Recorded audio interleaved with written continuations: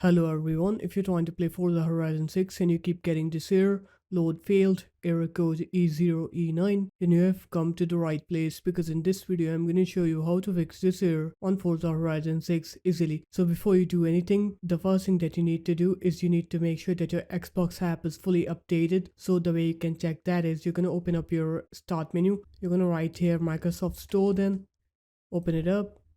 Now you're going to search for Xbox on here, and then you're going to click onto the Xbox app here, and here if there's an update you'll have update here, but as you can see my app is fully updated. So now you're just going to open up the Xbox app, and once the app is opened, now what you're going to do is you're going to click onto your profile here at the top left corner. You're going to click onto support then, and now what you're going to do is you're going to click onto gaming services repair tool, click onto start repairing here, click yes here, and now it's gonna diagnose your errors on Forza Horizon 6, and once it finds the errors, it will fix the errors for you. So it was that easy. So as you can see, it's updating the game bar now. After that, it's gonna do this and then that. You don't have to do anything more.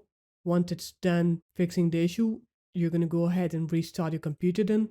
And once you're done with the restart, now you can go ahead and play Forza Horizon 6, and you'll see that your game will now work. You'll not face that load failed error anymore. So there it is guys, that's how easy it was. If you guys found this video helpful, make sure to leave a like, comment and subscribe to the channel, and I'll see you in my next video. Peace.